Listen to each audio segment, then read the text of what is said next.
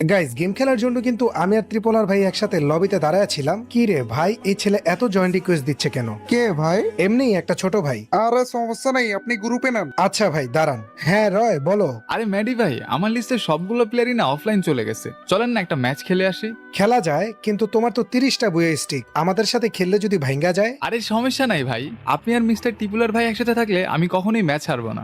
ভাই এত কনফিডেন্স কিন্তু আবার ভালো না। আচ্ছা ভাই চলেন, 2 স্টিক ভাঙলে ভাঙছে, তারপরও আমি আপনাদের সাথেই খেলবো। আচ্ছা তাইলে ঠিক আছে, কি বলেন রিজভি ভাই, খেলবেন নাকি? হ্যাঁ, লাস্টে একটা ম্যাচ খেলা যায়, তারপরে গিয়ে আমি অফলাইন হয়ে যাব। আচ্ছা ভাই চলেন তাইলে। তারপরে কিন্তু গাইজ আমরা একটা সিএস র্যাঙ্ক ম্যাচ স্টার্ট করে দিই, কিন্তু এই ম্যাচটার ভিতরে আমার আর ত্রিপোলার ভাইয়ের সাথে এরকম কিছু হবে আমরা দুইজন একদমই ভাবতে পারি নাই। তো প্রথম রাউন্ডে কিন্তু আমি ছোট শটগানটা কিনি।